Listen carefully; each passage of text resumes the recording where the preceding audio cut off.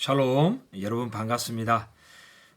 우리 이사야 555 비전을 가지고 성경의 진리를 함께 찾아가는 우리 코리아 클랜데스틴 바이블 구독자님들께 진심으로 감사를 드립니다.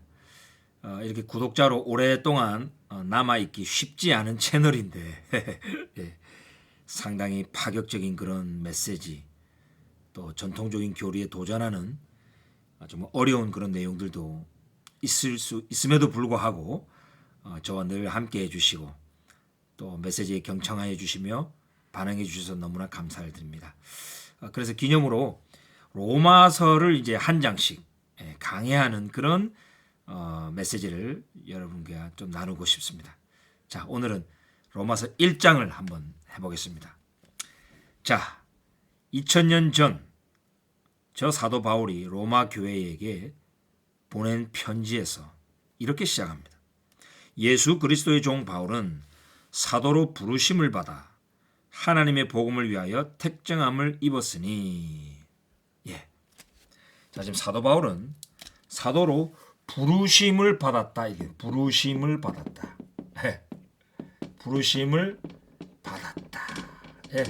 요 부르심이 히브리어로 크리아.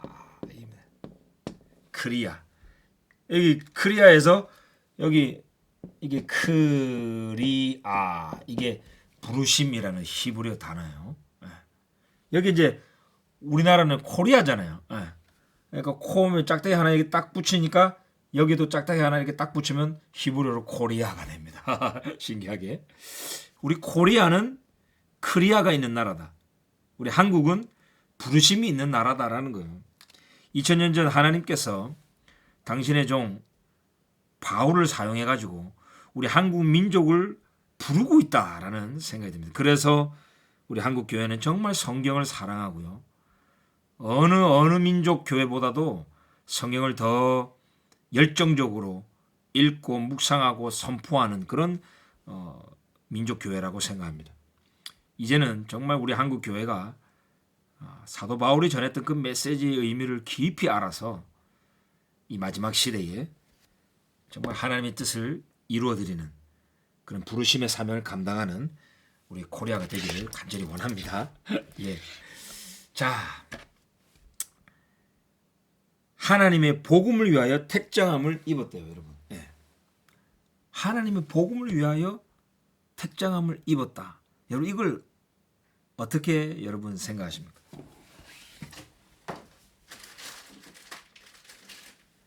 여러분, 우리가 보통 복음 하면은 우리 기독교에서는 신약을 먼저 생각하고 예수님을 먼저 생각합니다. 그죠? 예. 보통 우리가 이제 복음 하면은 구약보다도 신약이지 않느냐, 이제 신약 시대에 예수님의 복음, 그죠? 그리고 하나님보다도 예수님에 대한 복음이 아니냐, 십자가 복음, 이렇게 생각을 많이 하죠, 그죠? 자, 근데 오늘 사도 바울이 로마서를 딱 시작하면서 뭐라고 말하냐면 하나님의 복음이래요. 하나님의 복음을 위하여 택정함을 입었대요. 그러니까 바울이 그토록 전하고 싶은 복음은 하나님의 복음이라는 거예요. 그 하나님의 복음을 위해서 선택받았다라는 거예요.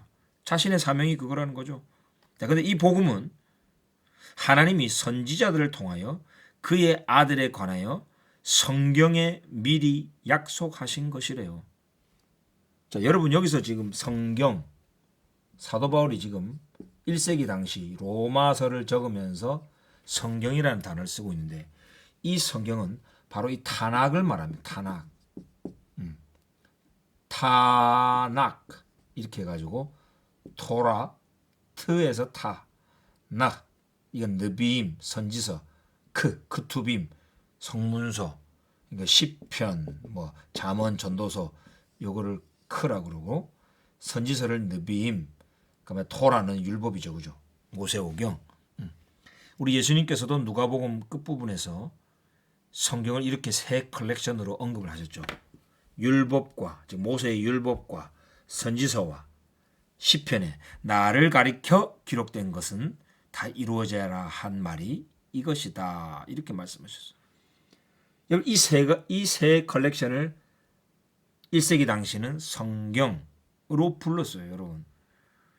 사도 바울이 로마서를 적을 그 당시는 신약 성경은 아직 컬렉션이 되지 않았던 때예요. 복음서나 이런 서신서가 구전으로 그냥 회당을 위주로 해서 화자되고 있었고 이렇게 전달되고 있었던 시기예요. 4세기 가서 신약 성경이 정경화되었죠. 그러니까 지금 성경에 이미 약속된 것이다 할 때는 구약 성경을 말하는 거예요, 여러분. 구약 성경. 그러니까 복음은 신약 성경에 약속된 게 아니고 물론 뭐 신약 성경에도 약속이 되어 있죠. 근데 바울이 지금 말하는 이거는 구약에 먼저 이미 언약으로 약속이 된 거라는 거예요. 언약이라는 거예요. 언약. 말씀으로 약속하다. 구약에 이미 약속되어 있고 하나님의 복음이라는 거죠. 네. 이런 히브리적인 유대적인 관점을 먼저 선포하면서 편지를 쓰고 있는 바울이죠. 자, 그의 아들에 관하여 이미 약속이 됐대. 하나님의 아들에 관해서 이미 구약 성경에 있다라는 거예요. 네. 자, 그의 아들에 관하여 말하면 자, 육신으로는 다윗의 혈통에서 났대요. 여기서 다윗 혈통이라는 단어는 씨라는 단어예요. 다윗의 씨. 이야, 지금 여러분 다윗의 씨다. 지금 사도 바울이 로마서를 시작하면서 그의 입에서 처음으로 나눈 예수 그리스도는 누구인가? 하나님의 그 아들은 도대체 누구인가? 뭐 많이 있죠. 뭐 구원자, 그리스도, 영생의 주, 뭐 생명, 뭐 여러 가지로 표현할 수 있는데 바울은 지금 하나님의 아들 예수 그리스도를 첫 번째는 다윗의 씨다.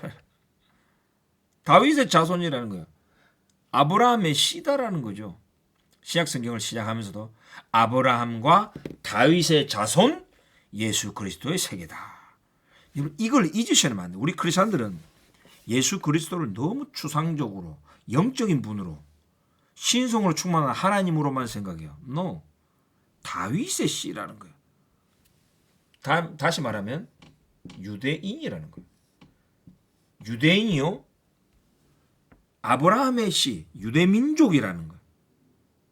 자, 육신으로는 다윗의 씨에서 나셨고 성결의 영으로는 죽은 자들 가운데서 부활하사 능력으로 하나님의 아들로 선포되셨으니 곧 우리 주 예수 그리스도시니라. 아멘.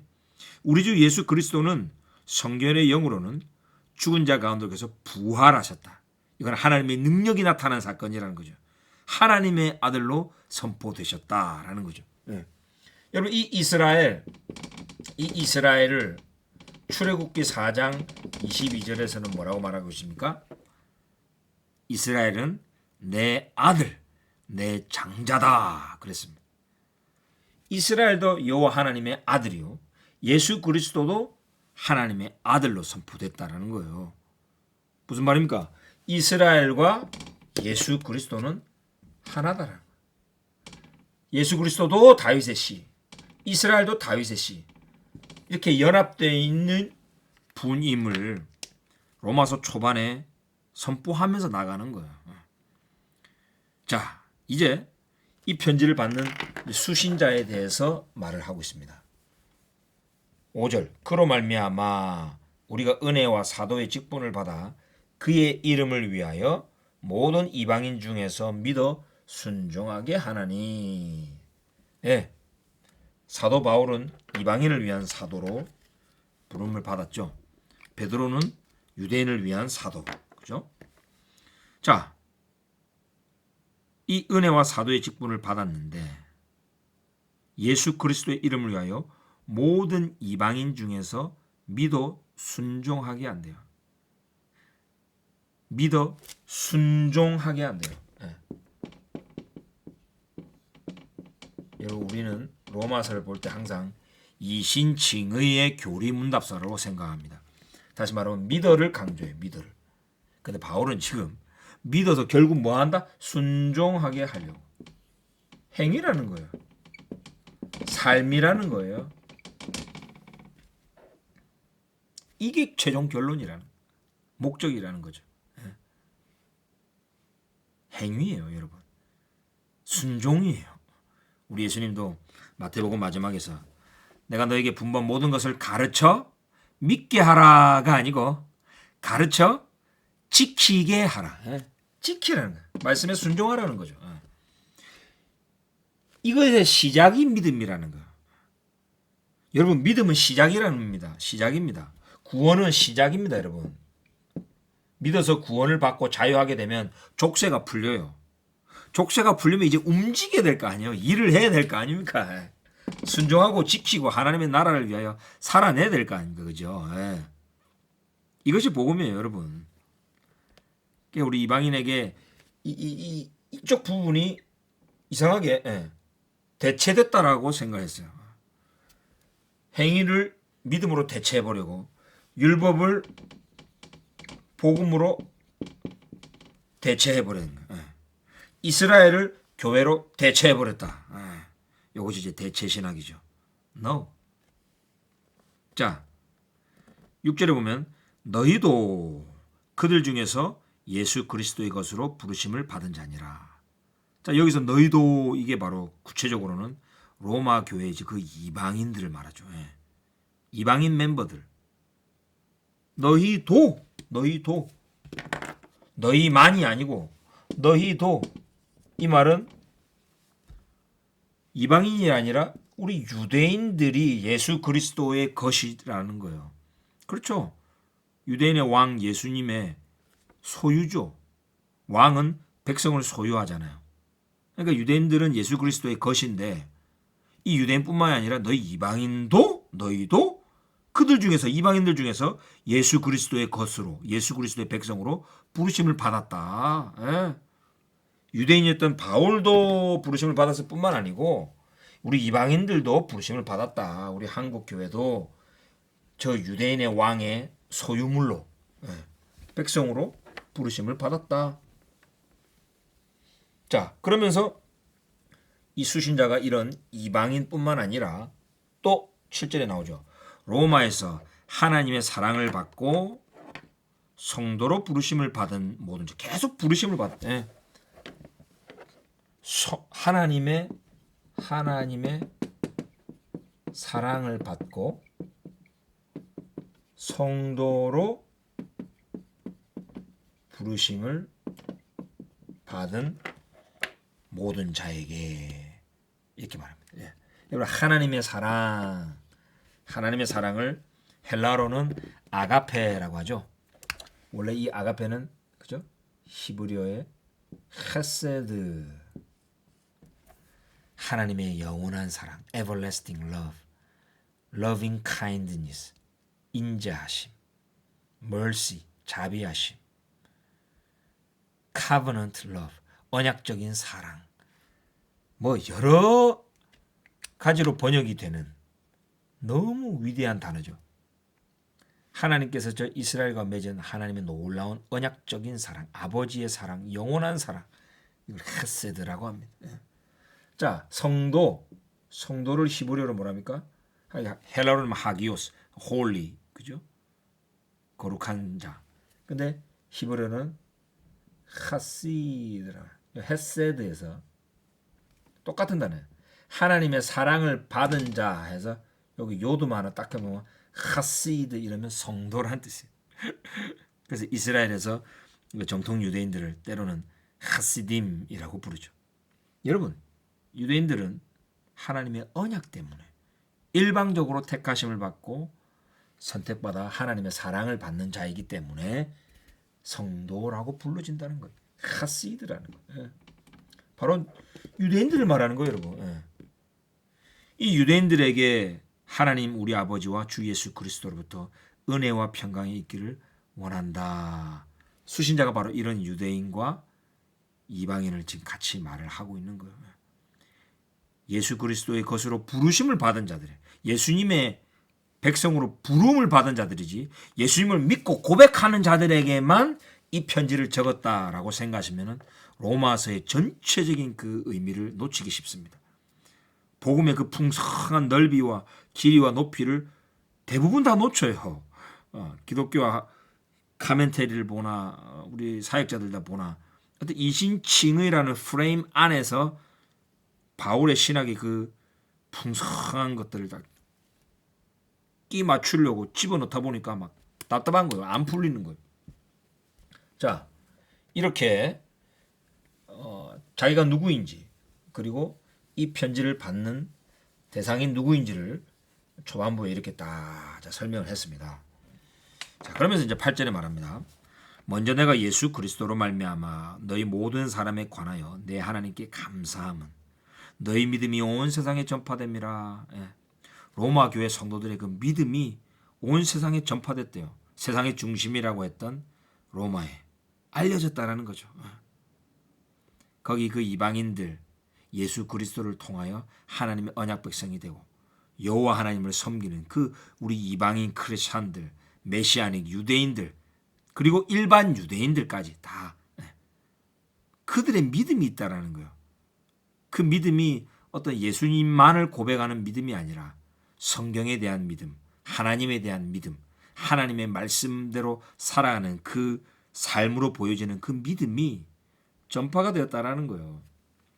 자, 내가 그의 아들의 복음 안에서 내 심령으로 섬기는 하나님이 나의 증인이 되시거니와 항상 내 기도에 쉬지 않고 너희를 말한다 그랬습니다. 자, 우리 초반에는 하나님의 복음, 하나님의 복음이 있었는데, 자 이제는 그의 아들의 복음이라고 말합니다. 여러분 복음도 종류가 있어요. 복음은 말 그대로 에반겔리온, 히브리어로는 베소라. 이거는 구약 성경에서도 있는 단어고 신약 성경에서도 있는 단어예요. 좋은 소식이라는 뜻이죠. 여기에 어떤 뭐 교리적인 문장을 막 넣어서 억지로 정의할 필요가 없는 단어예요. 원래 좋은 소식을 말하는 거예요. 자, 하나님의 좋은 소식이 있고 그의 아들의 좋은 소식이 있다라는 거예요. 자, 이 바울은 이 하나님의 아들의 좋은 소식 안에서 자기 심령으로 섬기는 그 하나님이 아신다, 증인이 되시거니와 항상 내 기도에 쉬지 않고 너희를 말했대요. 이야, 로마 교회 성도를 계속 품고 쉬지 않고 계속 중보기도 했다라는 거죠. 하나님이 아신다는 거예요. 어떻게 하든지 이제 하나님의 뜻 안에서 너에게로 나아갈 좋은 길 얻기를 구하노라. 바울은 이 로마 교회 성도들 그렇게 보고 싶었던 거예요. 방문하고 싶었던 거죠. 11절 내가 너희 보기를 간절히 원하는 것은 어떤 신령한 은사를 너에게 나누어 주어 너희를 경고하게 하려 함이라. 예. 로마 교회 성도들을 여러분 그토록 방문하고 보고 싶었던 이유가 어떤 신령한 은사를 너희에게 나누어 줘서 너희를 경건하게 하려 했나. 여러분 누군가를 만나고 누군가를 본다는 것은요 하나님의 은사가 흘러간다는 거예요. 하나님의 은사를 나누어 줄 수 있다는 거죠. 제가 받은 이 하나님의 은사, 그죠? 이 선물을 이렇게 유튜브를 통해서 여러분에게 지금 제가 나누어 주는 겁니다. 그래서 여러분이 그것을 통하여 경고하게 될 수 있어요. 여러분도 저에게 댓글을 달고 또 연락을 하고, 그죠? 또 때로는 후원금도 보내주시는 분도 계셔요. 뭐 보내지 않으셔도 괜찮습니다. 그냥 여러분의 그 은사를, 그 축복을 서로 우리가 막 이렇게 나눌 수 있다는 것, 이것이 성도의 특권이라는 거예요. 그렇게 될 때 서로를 경고하게 한대요. 이런 곧 내가 너희 가운데서 너희와 나의 믿음으로 말미암아 피차 안위함을 얻으려 함이라. 서로의 믿음으로 말미암아 안위함을 얻는다. 위로한다는 거예요. 평화를 누린다는 거죠. 예. 때로는 우리가 믿음이 약해질 때 있습니다. 그러면 형제 자매들의 그 믿음을 우리가 들을 때에 함께 공유할 때에 우리가 위로받기도 하고 또는 믿음이 더 굳건히 세워지기도 하고 그렇습니다. 아, 나만 이렇게 믿음이 약한 게 아니구나. 나만 넘어지는 것이 아니구나. 우리 형제 자매도 저렇게 여러 가지 힘들고 어려운 것들을 저렇게 간증하는 거 보니까 아, 우리가 다 그런 거구나. 함께 성장하고 함께 믿음이 자라가는 공동체. 13절 형제들아 내가 여러 번 너희에게 가고자 한 것을 너희가 모르기를 원치 아니하노니 이는 너희 중에서도 다른 이방인 중에서와 같이 열매를 맺게 하려 함이로되 지금까지 길이 막혔도다. 다른 이방인 중에서와 같이 열매를 맺게 하려고. 이제 뭐 고린도 교회, 에베소 교회, 갈라디아 교회, 그죠? 다른 여러 이방인 그 교회들에게 가서 바울이 든든히 세워졌잖아요. 열매를 맺게 해줬거든요. 그래서 저 로마라고 하는 이제 이방인 교회, 이방 땅에 있는 저 교회에도 가서 바울이 이렇게 좀 하면 열매를 맺을 텐데, 근데 길이 막혔대요. 하나님이 길을 열지 않으셨다는 거죠. 여러분, 길이 막힐 때가 있습니다. 열매를 맺는 것도 하나님이 하셔요. 그죠? 자라나게 하시는 분은 하나님이세요. 자라나게 하시고 열매 맺게 하시는 분이 하나님이셔요. 우리의 물론 노력이 필요하죠. 근데 그조차도 하나님께서 하시는 거죠. 헬라인이나 야만인이나 지혜 있는 자나 어리석은 자에게 다 내가 빚진 자라. 바울이 로마교회 성도들 안에는 헬라인도 있고 야만인, 저 로마 유럽의 그 북방 민족 출신들, 바베리언들, 또 지혜 있는 자들, 학자들, 잘 배운 자들도 있고 어리석은 자들 다 있다라는 거예요. 다양한 그룹의 사람들이 모여 있는 그 로마 교회 공동체에 자기가 빚을 졌대요. 빚을 졌단 말은 뭔가 지금 꼭 갚아줘야 될 게 있다라는 거죠. 바울이 깨달은 그 복음의 그 은혜를 나눠줘야 되고, 복음의 비밀, 복음의 은사를 또 나눠줘야 되고, 또 본인이 직접 가서 그들을 만나고 섬기면서 그들에게 열매 맺게 해줘야 되는 그런 빚이 지금 있다. 이렇게 지금 표현을 합니다. 그러므로 나는 할 수 있는 대로 로마에 있는 너에게도 복음 전하기를 원하노라. 예? 여러분, 좋은 소식을 전한다는 것은 안 믿는 자들에게 예수님 믿게 해서 천국 가게 하는 어떤 그런 게 복음을 전한다는 게 아니라는 거예요. 이미 하나님의 백성 안으로 들어온 자들에게 복음을 전해야 된대요. 그러니까 이 복음은 어떤 그 교리를 받아들이고 영접시키는 어떤 그런 차원이 아니라는 거예요. 복음을 전한다는 건 하나님의 좋은 소식, 그 아들의 그 좋은 소식을 알려주는 것입니다. 하나님께서 행하시는 그 놀라운 소식을 알려주는 거예요. 하나님의 말씀을, 진리를 깨닫게 해주는 것이 복음을 전하는 거예요. 은사를 나눠주는 게 복음을 전하는 거예요.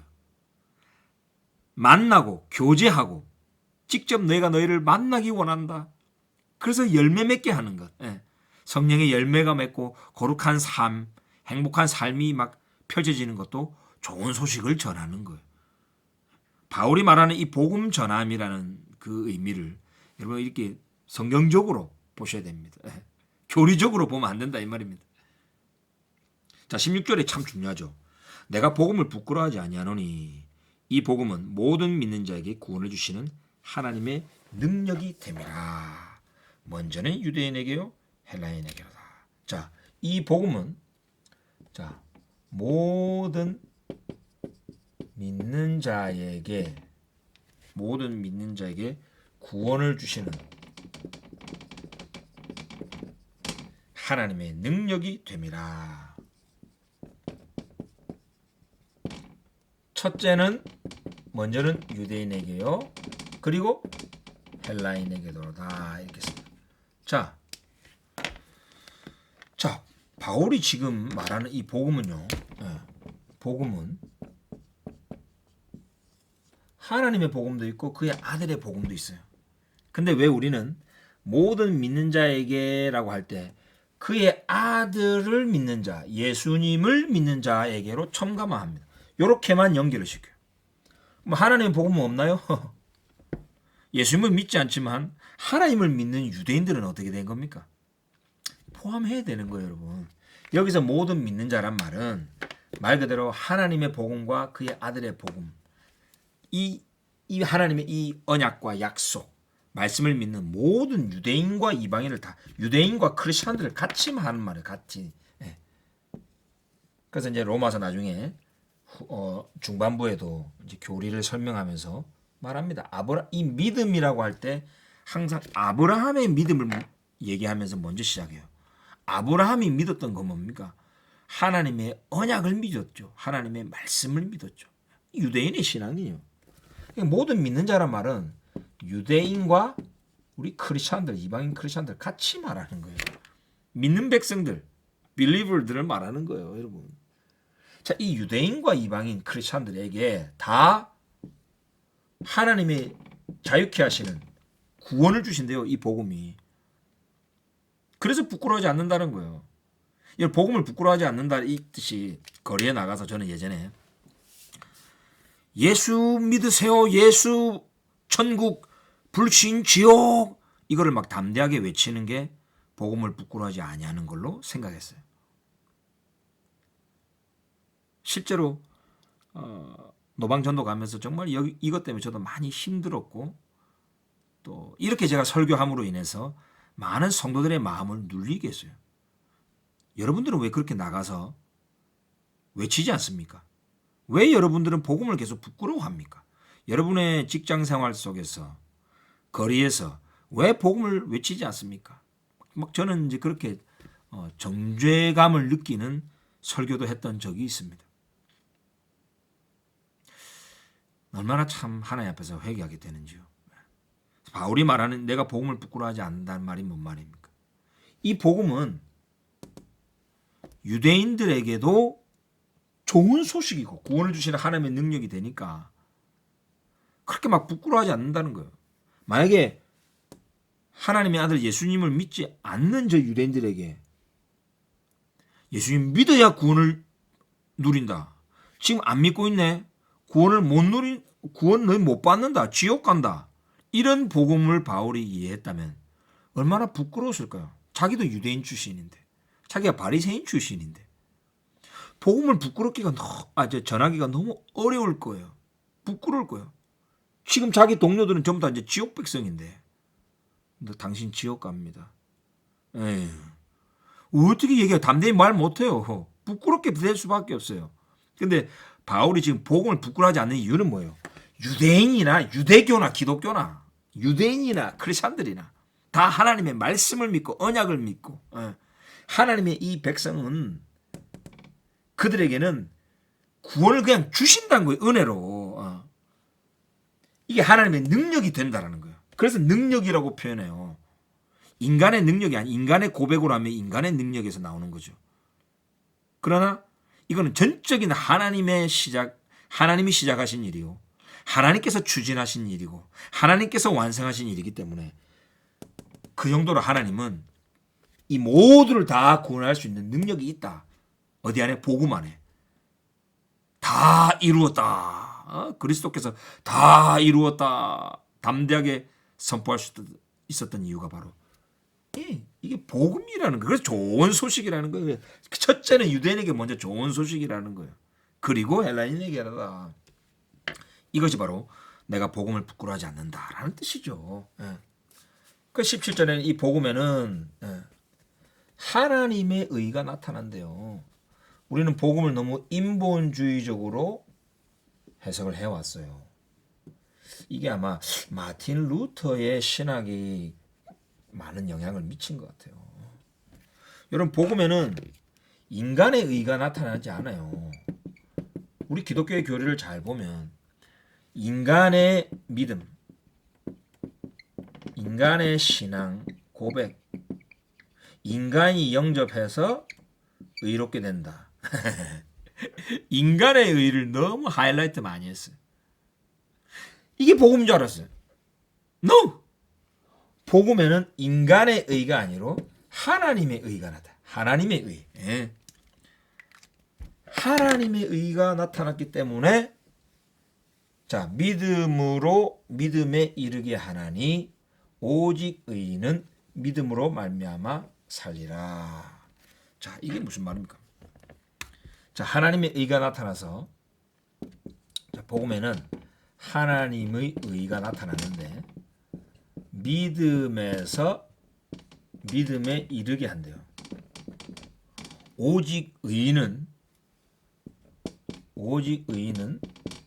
믿음으로 말미암아 산다. 자, 여기 산다이죠. 산다. 자, 산다는 거 그냥 말 그대로 생명, life. 여러분 이게 바로 구원하는 복음의 능력이라고 그랬잖아요. 복음에는 구원하는 능력이 있다고 그랬으니까 이게 산다라는 게 바로 이 구원이라는 거예요. 바울의 여러분 구원론을 잘 아셔야 됩니다. 이게 히브리적인 관점이에요. 기독교 교리적인 관점으로 구원을 보면은 로마서가 앞뒤가 안 맞아요. 이게 연결이 안 돼요. 산다, 생명.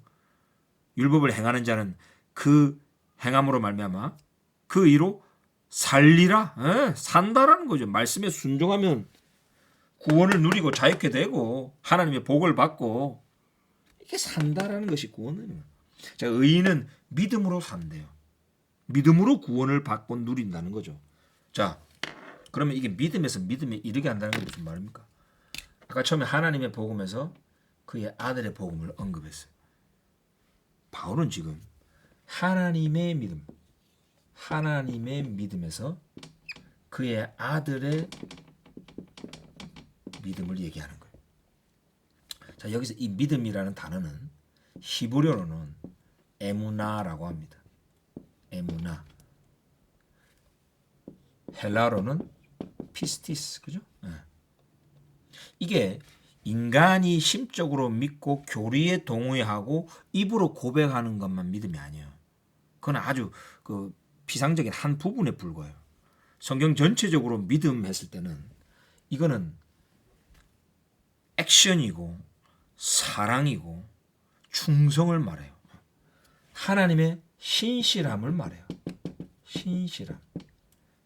faithfulness. 신실함.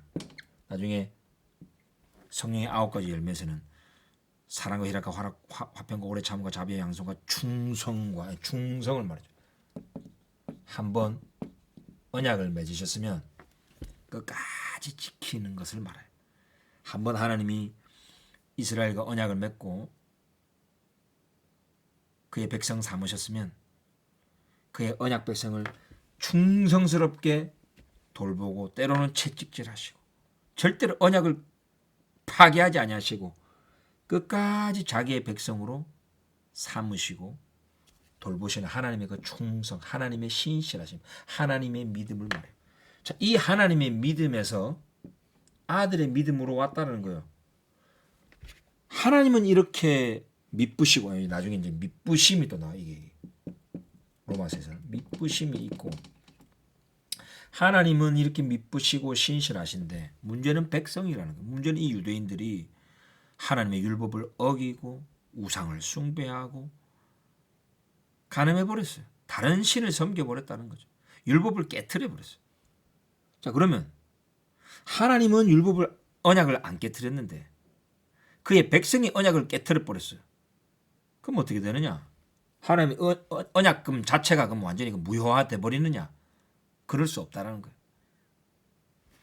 그 언약을 다시 꿰매시고 새로운 언약을 만들어서 회복한다는 거예요. 그래, 너희들 언약 깨트렸으니까 버려버린 너희들 이제 내 백성이 아니다.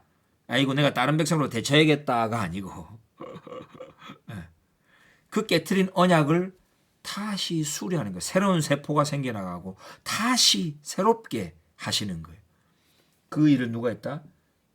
유대인의 왕 메시아 예수 그리스도께서 그의 아들이 십자가에서 죽기까지 충성하시고 순종하셨죠. 십자가에 죽기까지 복종하심이라. 하나님의 아들의 그 충성과 신실하심으로 그들의 모든 언약 백성의 죄를 다 덮어버렸다. 그래서 예레미야 31장에 새로운 언약, 새롭게 된 언약으로 리뉴얼, 다시 갱신했다는 거예요. 그래서 그 깨어진 언약이 다시 들어붙었다라는 거예요. 이제는 깨트릴 수 없는 그런 놀라운 영원한 언약으로 다시 회복하셨다. 그래서 믿음에서 믿음에 이르게 한다라는 거예요. 그러면 의인은 믿음으로 말미암아 살리라 했는데, 여러분 이것은 그 하박국을 지금 인용한 거잖아요. 하박국 2장 4절에 보면 보라 그의 마음은 교만하며 그 속에서 정직하지 못하나 의인은 그의 믿음으로 말미암아 살리라. 그렇습니다. 여러분 그의 믿음이요, 그의 믿음. 자, 이금 그의 의인은 그의 믿음으로 말미암아 산다 했을 때 첫 번째는 개인의 믿음으로 볼 수 있겠죠. 의인 자신의 믿음이에요. 그런데 이것은 또한 하나님의 믿음이고 그의 아들의 믿음으로 산다라는 거예요. 그죠? 이 개인의 자신의 믿음은 무엇을 믿느냐? 하나님이 신실하게 나를 끝까지 붙잡아 주실 것이다. 나를 버리지 아니하실 것이다. 하나님은 당신과 맺은 언약을 지키실 것이라는 믿음이죠. 약속을 끝까지 지킬 거라는 그 믿음에 대한 믿음이에요. 아들의 믿음도 마찬가지죠. 하나님 아버지의 내가 죽기까지 복종하면 예레미야 31장에 그런 새로운 언약을 이루시게 되고 이제 나와 연합되어 있는 내 형제 자매들, 내 유대인들, 아브라함의 씨, 다윗의 씨, 이 모두가 다 내가 한 그 일 때문에 그리스도 안에서 하나님이 다시 언약 백성으로 삼아 주실 것이다. 나의 백성들을 구원해 주실 것이다. 라는 아들의 믿음이죠. 그것을 믿는 믿음을 말하는 거예요. 다시 말하면 의인은 내가 지금 믿고 하면 하나님 나를 구원해 주실 것이다. 즉 하나님의 구원은 나의 고백에 달려있다. 라는 그런 믿음이 아니고 하나님께서 그의 아들을 통하여 신실하게 언약 백성을 다시 구원해 주실 것이다. 아니 구원을 하셨다. 하나님은 다시 이 새 언약의 시대를 여셨다라는 하나님의 신실하심에 대한 믿음을 말해요. 나중에 이제 아브라함은 그 약속을 믿었다. 이렇게 하나님의 그 약속에 대한 믿음을 말하는 거예요. 즉 의인은 그의 믿음으로 말미암아 살리라. 하박국에 이미 나와 있는 그런 거죠. 그러니까 여러분 이 그의 믿음 할 때 에무나테하 또는 에무나토 해가지고 히브리어 성경에서 His faithfulness, 그의 신실함, 그의 충성 이런 표현들이 시편에도 참 많이 있습니다, 여러분. 예를 들면 뭐 시편 96편 13절 같은 경우만 봐도 시편지 96편 13절에도 보면 그가 임하시되 땅을 심판하러 임하실 것이라. 그가 의로 세계를 심판하시며 그의 진실하심으로 백성을 심판하시리라. 여호와 하나님께서 심판하시는데 의로 공의로 전 세계를 심판하신대. 의로 이방인과 모든 세계를 심판하시는데 특별히 자기의 백성은 어떻게 심판하시고 어떻게 다스리시느냐? 하나님의 진실하심으로. 그의 진실하심 이게 바로 에무나. 하나님은 한번 먼저는 언약을 먼저 맺은 백성이기 때문에 이 백성은 하나님의 공의보다는 그의 진실하신 신실하심으로 그 사랑으로 헤세드로 다스리시고 심판하신다는 거예요. 그래서 이 복음은 첫째는 유대인에게요라고 말을 하는 거예요. 자, 여러분, 그래서 이 의인은 그의 믿음으로 말미암아 살리라. 이것은 하나님의 신실하심과 하나님의 의가 꽉 나타나 있는 그런 표현이에요. 하나님의 성품에 대한 표현이고 하나님과 이스라엘과 맺은 그 놀라운 언약을 기반으로 한 그런 복음을 지금 말을 하고 있는 것입니다. 자, 이제 18절에 보면 이제 특별히 이 이방인들의 죄를 지적을 합니다. 이방인들도 하나님을 알만한 것이 그 안에 다 있다. 양심이라고 하는 그 율법을 다 넣어주셨는데도 불구하고 하나님의 율법을 어겼다. 하나님의 법을 깨트리고 말씀에 불순종했다. 그것을 지금 쭉 얘기합니다. 하나님의 진노가 불의로 진리를 막는 사람들의 모든 경건하지 않음과 불의에 대하여 하늘로부터 나타나니 이는 하나님을 알만한 것이 그들 속에 보임이라. 하나님께서 이를 그들에게 보이셨느니라. 삼국시대 사람이나 통일신라 사람이나 복음이 우리 한반도에 들어오기도 전에도 다 하나님을 알만한 것이 그 안에 다 있었고 하나님의 창조 세계를 보면 하나님의 존재하심과 하나님이 주시는 그 옳고 그름에 대한 그런 기준, 그 법을 다 알만한 하나님이 다 있다는 것. 창세로부터 그의 보이지 아니하는 것들 곧 그의 영원하신 능력과 신성이 그가 만드신 만물에 분명히 보여 알려졌나니 그러므로 그들이 핑계하지 못할지니라. 뭐 하나님 우리에게 나타난 적 있어요? 하나님이 뭐 우리에게 심판의 기준을 법으로 주신 적이 있어요? 왜 우리를 심판하시려 하는 겁니까? 왜 우리 지옥 보내려고 합니까? 라고 삼국시대 사람들이 따지지 못한다는 거예요. 통일신라 김춘추입니까? 하나님의 심판대 앞에 나중에 부활해가지고 핑계하지 못한다는 거야. 세상 모든 인류는 딱 하나님의 법의 그 기준으로 그의 그 행위로 딱 심판받는다는 거예요.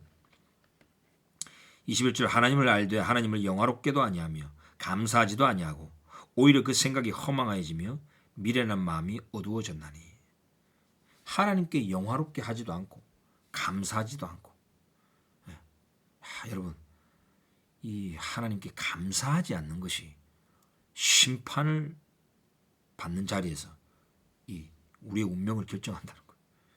감사하지도 않고 생각이 험하지고 미련한 마음이 어두워졌다. 스스로 지혜 있다 하나 어리석게 되어 계속 스스로 지혜롭다고 생각하는 사람 어리석게 된 사람이에요. 썩어지지 아니하는 하나님의 영광을 썩어질 사람과 새와 짐승과 기어다니는 동물 모양의 우상으로 바꾸느니라. 얼마나 이런 피조물을 형상으로 한 우상들이 온 인류 역사에 충만했다는 거죠. 우리 한민족은 어떻습니까?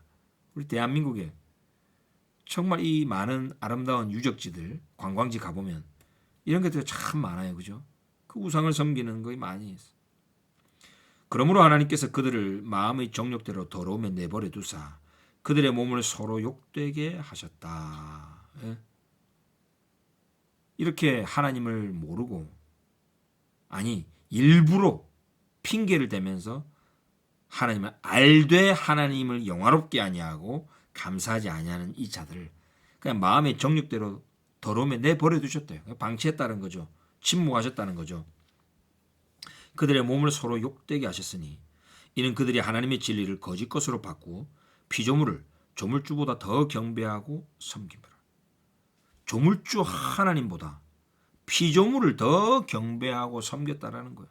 사람을 더 섬기고 사람을 더 숭배하고 짐승과 이런 피조물들을 더 경배하고 섬겼다. 주는 곧 영원히 찬송할 이시로다. 아멘. 바울은 지금 이런 말을 막 하면서도 미안한 거예요. 하나님 앞에. 이렇게 지금 말하는 것 자체도 하나님께 영광이 안 되니까 하나님의 영광이 지금 가려지니까 이 순간 지금 바울은 주는 곧 영원히 찬송할 이시로다. 아멘이 적어버리는 거예요. 어느 순간도 하나님의 찬송이 끊어지면 안 된다는 생각을 하고 있는 거예요. 이방 사회에서도 이스라엘 안에서도 과거, 현재, 미래 영원히 찬송받으실 하나님을 지금 높이고 있는 거예요. 26절 이 때문에 하나님께서 그들을 부끄러운 욕심에 내버려 두셨으니 곧 그들의 여자들도 순리대로 쓸 것을 바꾸어 영리로 쓰며 어떤 여자들도 이 남편과 그죠? 관계해야 될 이 거룩한 하나님의 어떤 선물을 바꿔가지고 여자들끼리 그냥 하고 남자들도 순리대로 여자 쓰기를 버리고 서로 향하여 음욕이 불릴 듯하며 남자가 남자와 더불어 부끄러운 일을 행하여 그들이 그릇 때문에 상당한 보응을 그들 자신이 받았느니라. 호모섹슈얼리티, 남성, 뭐 동성애 이런 것들도 강조 많이 하죠. 여러분 이 로마 지금 네로 황제 때 이 로마 편지를 적었다고 학자들은 말을 합니다. 이제 AD 54년부터 68년까지 이 로마는 네로 황제가 통치했습니다. 이 시대에 로마서를 바울이 적었거든요. 이 아시다시피 네로 황제가 게이였다고 하죠. 동성애를 즐겼던 사람입니다. 두 명의 그 남자 노예, 슬레이브 보이 소년들을 이렇게 착취해 가지고 결혼도 하고요. 뭐 골든 하우스라 그래 가지고 지금도 방문을 할 수 있다고 합니다. 로마에 그만큼 왕에서부터 백성들 안에 이런 호모섹슈얼리티가 만연했다고 하죠. 여러분 그 원래는 저 유대 땅, 이스라엘 땅이라고 불렀죠. 성경도 그렇게 말하고 있고 역사도 원래 저 이스라엘 땅은 이스라엘 땅, 유대 땅이었는데 어쩌다가 우리가 이게 팔레스틴 땅으로 됐을까요? 바로 AD 132년에 로마의 황제 하드리안 황제가 이 로마 군대 바르코크바 봉기를 제압하고 유대인과 이스라엘 땅의 연결고리를 끊기 위해서 유대 땅에서 이름을 팔레스티나, 시리아 팔레스티나라고 개명했죠. 그때 이후로부터 팔레스틴이 돼버린 거예요. 원래는 유대 땅인데. 이 로마의 하드리안 황제도 게이였다라는 것입니다. 그래서 로모섹슈얼리티라고 한답니다. 호모섹슈얼리티와 로마를 합성어로 만들어서 로모섹슈얼리티. 그만큼 호모섹슈얼리티가 만연했던 그 도시가 로마였고 그런 죄가 관영한 속에서 성도로 부름을 받고 하나님의 말씀에 순종하려고 발버둥치는 로마 교회를 향하여 바울이 이렇게 지금 얘기하는 겁니다. 근데 그 교회 성도들 안에서도 이런 이방인의 문화와 우상숭배 속에서 살면서 그 죄가 죄인지도 모르고 아니 어쩌면 뭐 일부러라도 그렇게 살던 성도들이 있을 수 있거든요. 그러니까 이걸 지금 지적을 하는 거예요. 그들이 마음에 하나님 두기를 싫어하며 하나님께서 그들을 그 상실한 마음대로 내버려 두사 합당하지 못한 일을 하게 하셨으니. 여러분 바울이 지금 하게 하셨다는 걸. 지금 사도 바울은 이 이방인의 모든 죄도 또 나중에 이제 유대인의 죄도 전부 다 주어가 하나님이에요. 하나님. 여러분 이 바울의 이 로마서를 여러분 해석하실 때 정말로 여러분이 놓쳐서는 안 되는 맥락이 있습니다. 맥락. 로마서 전체에 흐르는 맥이 있는데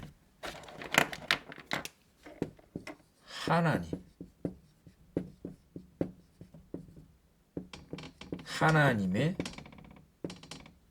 주권이 하나님의 주권, 하나님의 섭리, 하나님이 하게 하셨다. 여러분 이게 바로 유대인의 신앙, 이게 유대교에서 우리 기독교가 나온 건데 이 성경에서 말하는 하나님의 성품 중 가장 첫 번째가 바로 하나님의 주권과 섭리예요. 하나님은 불가능이 없으시고 모든 것을 다 아시고 모든 이 무에서 유를 창조하신 분이 하나님이라는 거예요. 그래서 이 유라고 하는 안에 죄도 있고 유라고 하는 안에 구원도 있고 사망, 사탄, 천사 온갖 것들이 전부 다 이 유 안에 있잖아요. 근데 이 유를 창조하신 분이 하나님이라고요. 하나님이 무에서 유를 창조하셨다고요. 그러니까 이 모든 인류의 범죄와 이런 것들도 하나님의 주권 아래에서 벌어진 일이다라는 것을 강조해요. 이 하나님의 주권과 섭리의 신학을 딱 이런 렌즈를 끼고 복음의 교리, 구원의 교리 세우셔야 로마서를 제대로 이해할 수 있습니다.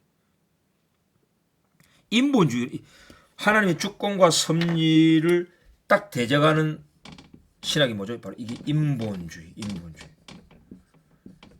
기독교의 전통 교리는 상당히 인본주의로 많이 치우쳐져 있습니다. 그러니 복음 안에 있는 그 하나님의 주권과 섭리를 못 보니까 막 인간의 의를 강조하고 인간의 믿음을 강조하고 계속 인간에게 집중하니까 막 비난, 판단, 정죄가 많고 교파가 갈라지고 서로 막 비난 이렇게 돼버린 거예요. 하나님의 주권과 섭리예요. 하나님이 그 내버려 두셨대요. 고칠 수 있지만 막을 수 있지만 내버려 두셨다 말합니다.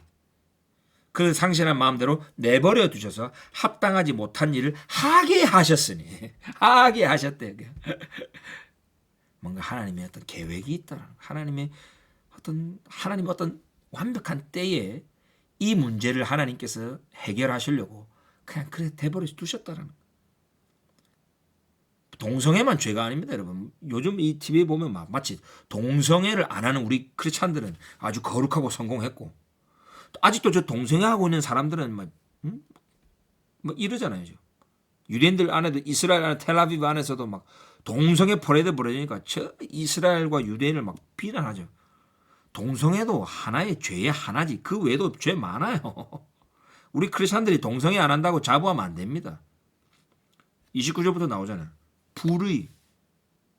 불의한 거, 의롭지 못한 거, 말씀 하나님 법을 어기는 게 불의예요. 추악, 탐욕, 악의가 가득한 자요.